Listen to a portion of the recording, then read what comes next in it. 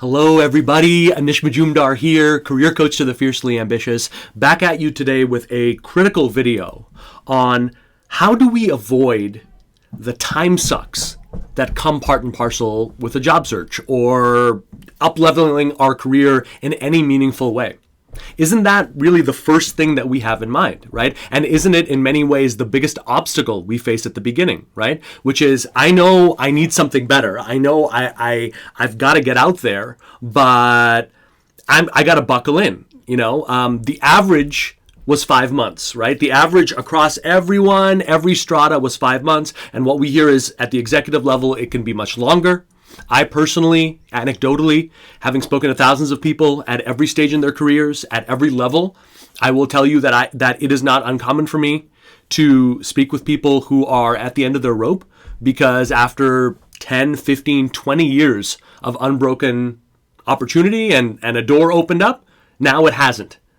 And they've fallen right in there and they don't know what's up because they don't have anything obvious that's telling them that it marks me as wrong, right? So I want to talk to you a little bit about how can you avoid that? How can you move forward and do it like the smartest of the smartest do? You can be, and I just want you to understand this very clearly without an 1 ounce of exaggeration.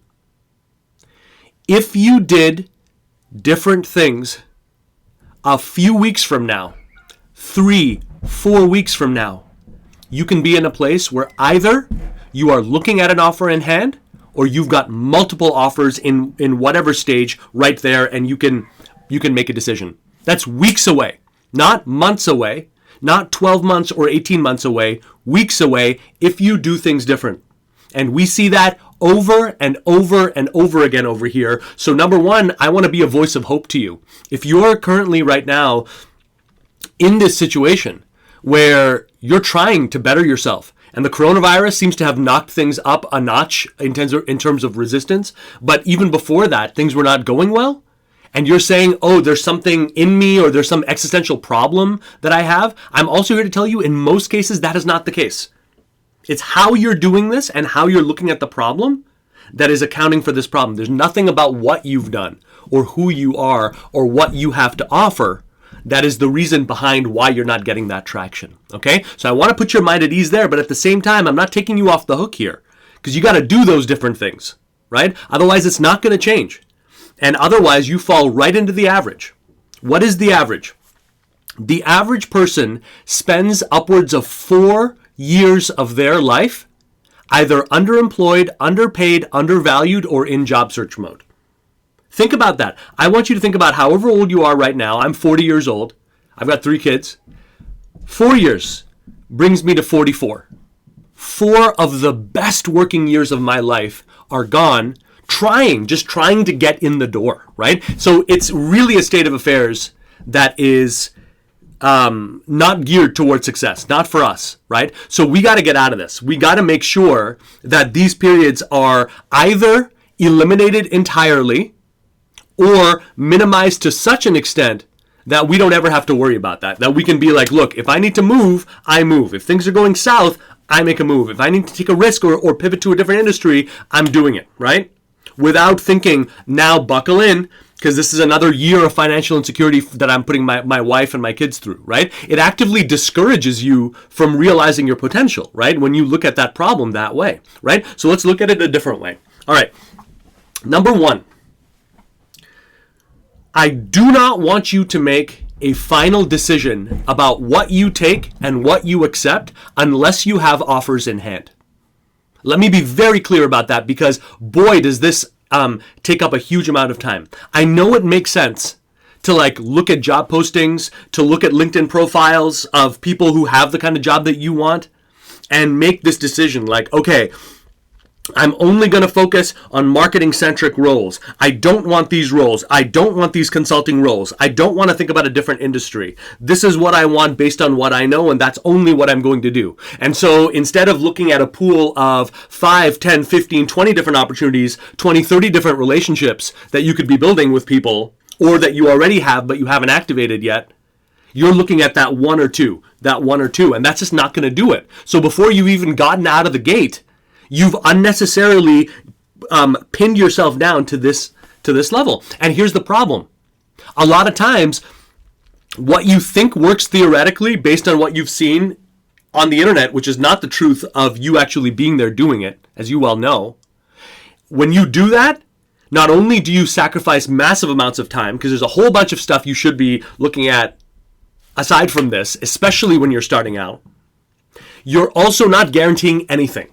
Because a lot of times the dream job on paper, the dream job in terms of your mind is exactly what you don't want when you actually see it, when you can actually envision it in terms of, I'm working with these people, there's a path here or not, there's a way forward or not. The reality can be very different. So it didn't help you anyway, you just wasted time, both in terms of overthinking it initially and then under activity in the beginning. So here's what I want you to think about. I want you to think wide funnel to tight funnel. In other words, when you are beginning, anything that has interest to you, anything that sparks you, anything that gets you going, that's enough. If there's someone that you're speaking with, you just respect their journey, you think that there's something to be learned, boom, get on that call. If there's a company that's doing interesting work, even though you can't quite see where you would fit in, get that call happen, get that relationship, find that inroad in there. Okay? Whatever is going to work right now, I want you to be open. I want you to be a child about it in terms of, hey, I'm not judging. Judgment comes later. Judgment comes when you have offers in hand. That's when you can really start to get tactical about it. But when you don't do it, it's essentially like basically me sitting in my office being like, you know what? I've decided I'm not going to be president of the United States. It's like, okay, great, but I'm sorry, where's the election? Where's the majority vote? I mean, I don't have anything. It makes us feel good and empowering to make these types of negative decisions early, but all you're doing is you're just cutting the legs out of your opportunities. So at the beginning, start open. And then as these things are evolving, as you're getting early stage interest, as you're getting late stage interest, as you're seeing the ones that are panning out, as you're seeing the way they're looking at you, then I want you to start getting tighter and tighter and tighter. The more activity you have, the more bandwidth you should give yourself to tighten in and get razor sharp about what those final ones are going to be or what that final offer is going to be. But until you have the activity going, it is not the time for judgment. Okay? So that's number one. Okay, do not make a final judgment without offers in hand. Okay, number two, stop overthinking the brand. Stop thinking that there's some magical way that you're going to bamboozle someone that's going to magically make this all happen. A job search, like anything else complex that has an amazing goal at the other side of it, amazing life-changing outcomes, they're not easy. It's not going to work that way. So when you pour 5, 10, 20 additional, 30 additional hours, 40 additional hours on your brand, you're not helping it. Because what you should be doing is thinking, is this good enough based on what I know and where I'm at for me to take the next step? And then you'll optimize as you need to, right? It's the law of the internet, right? You get it out there. You bring in people. You figure it out. You optimize, and you do it all in real time. You don't figure it out before because you don't know before, right? So the idea would be, in terms of your LinkedIn profile and your resume in particular, because these are the two big, huge time sucks there. For the resume, make it high level about the biggest impact that you make, and make it clear and simple that the only thing you are thinking about when you're developing this or you're looking at this is, does this speak directly to the people who are most feeling the pain of not having me doing what I do? In other words, they are feeling all of the negative ramifications. Does it speak directly to that? In your narrative, in your experience section, is there a build? And primarily, does every single one in some way support, add credibility, or add value to the top of that resume, right? Where this is crystallized, ideally in 3 to 5 ideas. Right? That go to that offer, that go to that thing that you do. Don't overthink it. Keep it big. Keep it bold. And come back to it. Keep it simple. Don't over-explain. You don't have to have every detail in your LinkedIn or resume. It's having just enough. Think about it. A LinkedIn profile should be conversational. It should feel like, boom, I'm just getting to know this amazing person who's driven by a mission, driven by an outcome, and I got enough there, enough social proof and all the rest to say, okay, this person has credibility. For the resume, it's a little bit deeper than that. When it comes to your experience, you got to go a little bit further. You got to show that build a little bit more. You got to make sure that there's some stature, but ultimately, you don't need to tell every story. That's what talking to you is about. You need to have enough to say, is this person highly credible? Yes or no? Does this person have a unique point of view? Yes or no? And most importantly, is this person spending 99.9% of their time speaking directly to me and verbalizing what's going on with me better than I could? You do that, you've got an effective brand. Get on with your day, get on with your life. Guys, by the way, talking about time sucks, I can't tell you the number of people I've seen that have that I've spoken to that have been, and it makes sense. Anish, I'm in active job search mode. This is my job right now. So I'm spending 20, 30, 40 plus hours a week. It makes total sense, but you have to understand that that in and of itself is a time suck. The expectation that you're supposed to make this a new job for yourself is also a time suck built in.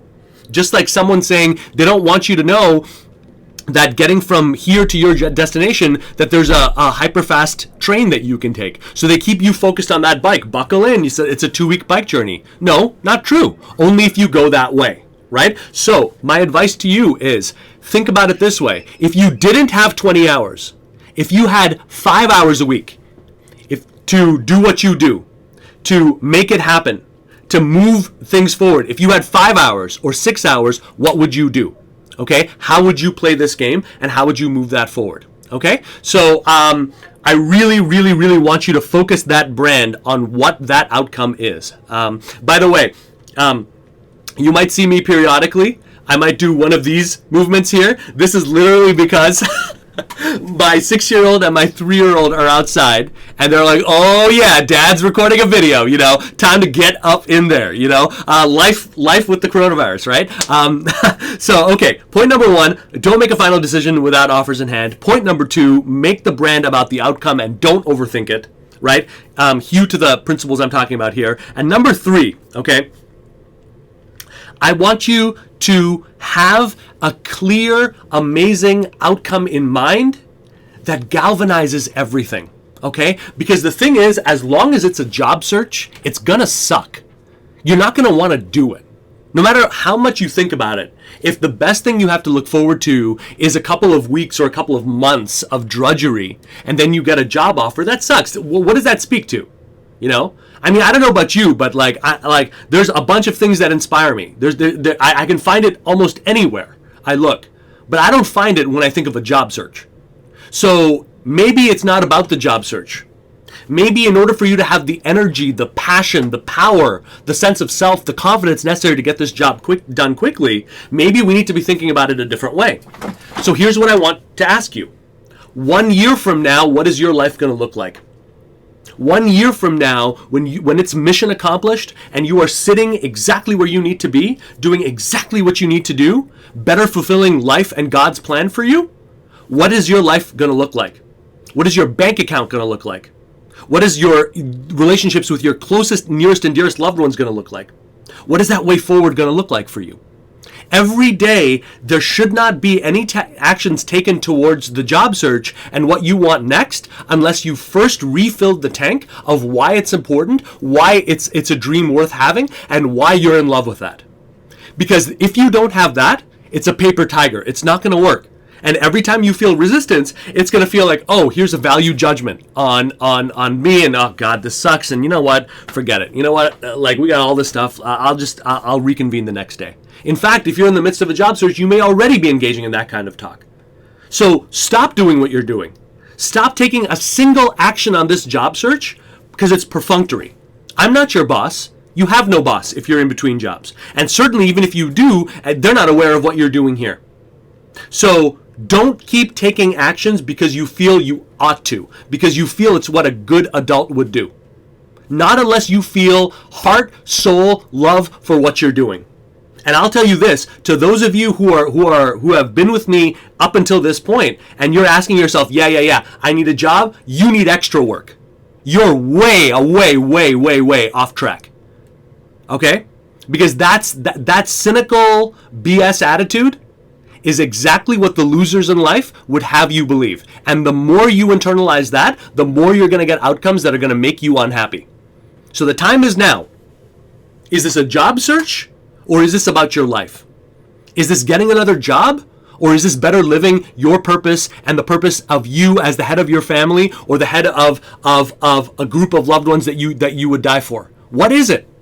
Play all in. Increase the stakes every single day and refill that dream. Get in active contact with that dream every single day so that you are absolutely unstoppable. And guess what? The more you're in that attitude, the more potential opportunities and ways forward you're going to see every single day. All right? So go after it. Avoid these time sucks. Avoid the crap that they tell you. And if you need to go even further with this, if you want to see how every single shift that I teach my clients lines up so they can actually move to these offers in a period of weeks, I need you to go to helloanish.com right now, HELLOANISH.com.